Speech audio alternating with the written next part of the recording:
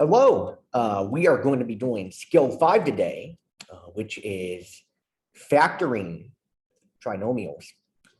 And we will kind of see some introductory questions related to factoring on the SAT are what I like to call the equivalent expressions question. So this says, which of the following is equivalent to the expression above? So notice on this SAT question, they are not telling you to factor. However, if you have been around the block with factoring in Algebra 2, your instinct would be to probably factor. But I will say that there are other ways that you can answer this question. So one thing you could even do is you could even try like some polynomial multiplication. So like I could test out answer choice A. So I'm going to get 3x squared when I do that. And then I'm going to do 3x times 3, which is 9x minus 2x. And then I have a minus 2 times a 3, which is a minus 6. And lo and behold, I actually get the original polynomial function first time around.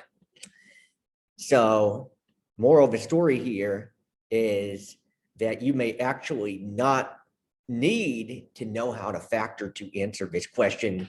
But if you are able to make those quick connections between the standard form and the factored form, you can answer these questions pretty well.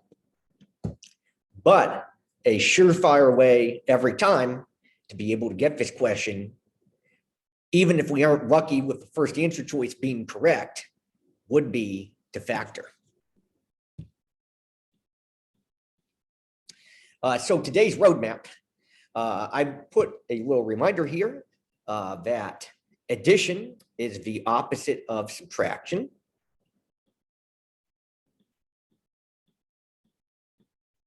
And that multiplication is the opposite of division. And the opposite of polynomial multiplication is factoring.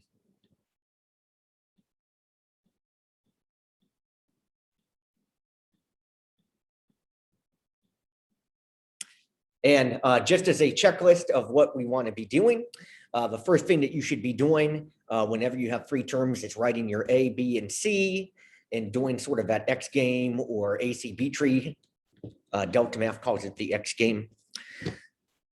Then you want to make sure that you're using that to go into a 4-term polynomial to where you do factored by grouping.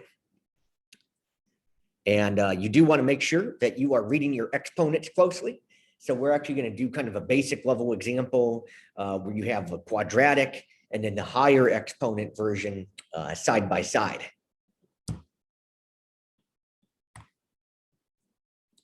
All right, so let's kind of demonstrate this process. So on this first one here, the first thing that I would do is I would write down my A, B, and C. So my A is equal to 1, my B is equal to -11, and my C is equal to 30. And I'm going to do my, magic X, or you could call it like the ACB tree. So I'm going to do my AC on top. So that's 1 times 30 to get me 30. And then my B is -11. And the essential question is, what multiplies the top and adds to the bottom? So just to kind of show the guessing and checking, I try like 1 and 30 first, and it's pretty clear that I can't get that to add to -11. So then I'm going to do like, 2 and 15. And that's still no way that I could get to -11. And then maybe like 3 and 10 still doesn't work. And then we could do like 5 and 6. And what I do notice here is that if I put a negative sign on both of these, it would work. So I'm going to have a -5 and a -6. And I'm just going to kind of rewrite the problem here and just show you how I use the ACB tree or the X to get us into something that has 4 terms. So instead of writing the -11x as -11x, I'm going to write this as -5x minus 6x. So I'm just kind of doing it in a different color just to demonstrate how we got something different. And then I have the x squared and the plus 30 at the end. And I'm going to pull out, so I'm going to group the 2 terms together. So I'm going to group the x squared into -5x, and then the -6x and the 30 together. And I'm going to pull out an x. And I'm going to pull out a -6 on the second group. And notice I like to pull out the negative sign so that it can, that negative sign can be outside of the parentheses whenever possible. And I have an x times x minus 5. And I pulled out a -6 times an x minus 5. And my factored form would be x minus 6 equals times x minus 5. And notice that when you have this type of situation, if you were, multiplying everything out backwards, you'd be able to get to the original one. And if we were to ask you to solve, you would take each factor and set it equal to 0. All right, let's actually look at a higher exponent example. So on this one, what changed are the exponents, but everything else will be of the same method. So my A is equal to 1, my B is equal to -10, and my C is equal to 24. And I'm just going to do the 24 on the top and the -10 on the bottom. And the question is, what can we get to multiply to 24 and add to -10? And one thing that I may notice here is that if I did the negative and the negative of the 2 and the 12, still wouldn't work. So then maybe I'm going to move to 3 and 8, and then 4 and 6, I could get to add the -10. So I have a -4 and the -6.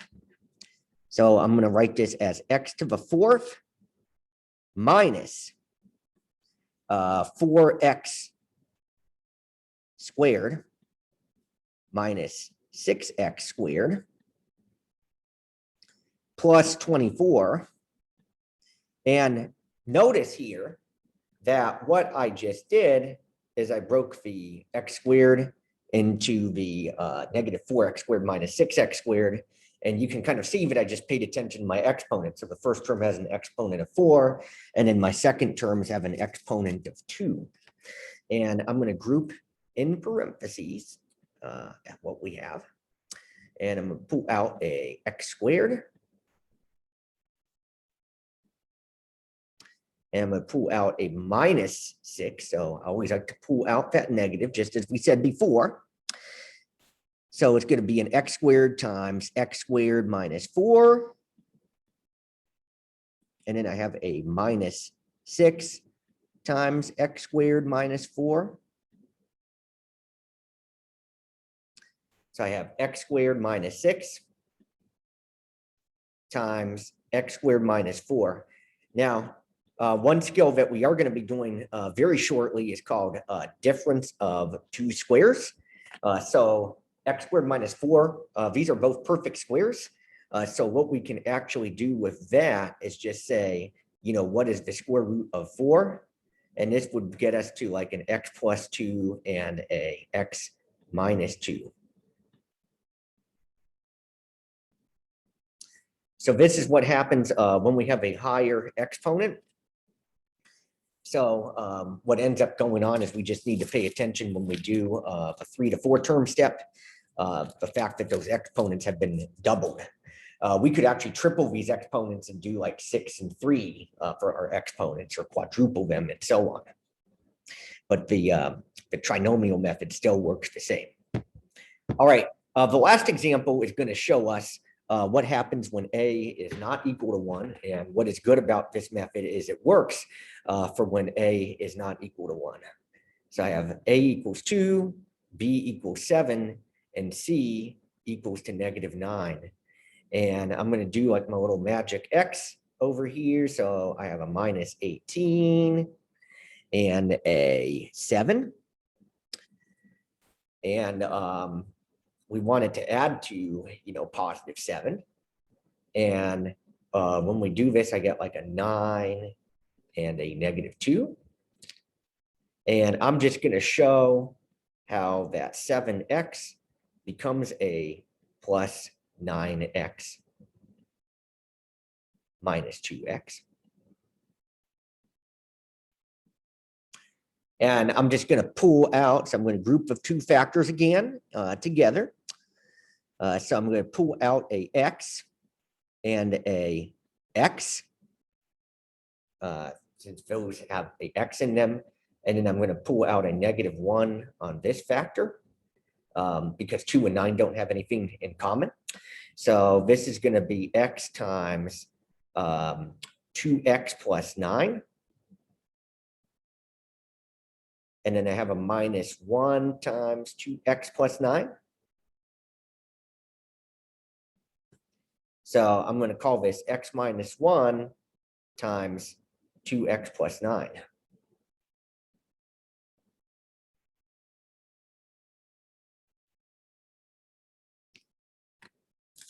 Now, if you want to kind of see a cool connection to the box method, I'm actually going to say that this is kind of like the reverse engineer of your box method. So instead of multiplying, we have, after we do sort of this magic x, we have the 2x squared plus the 9x and a minus 2x minus 9. And one of the cool things that you can do is, kind of think about what does each row or column have in common. So on this column over here, we have a 2x in common in this column. So both of these have a 2 and an x. And on this one, we have a 9 in common in this column. So that's my 2x plus 9 factor. And then on this one, so on the top row, I have an x in common. And on this one, I have a just a negative sign in common. And this effectively completes, my factor game. So I just wanted to kind of put that out there to show the interesting relationship between the box method and the factoring of the trinomials after you do sort of an ACV tree or magic X chart.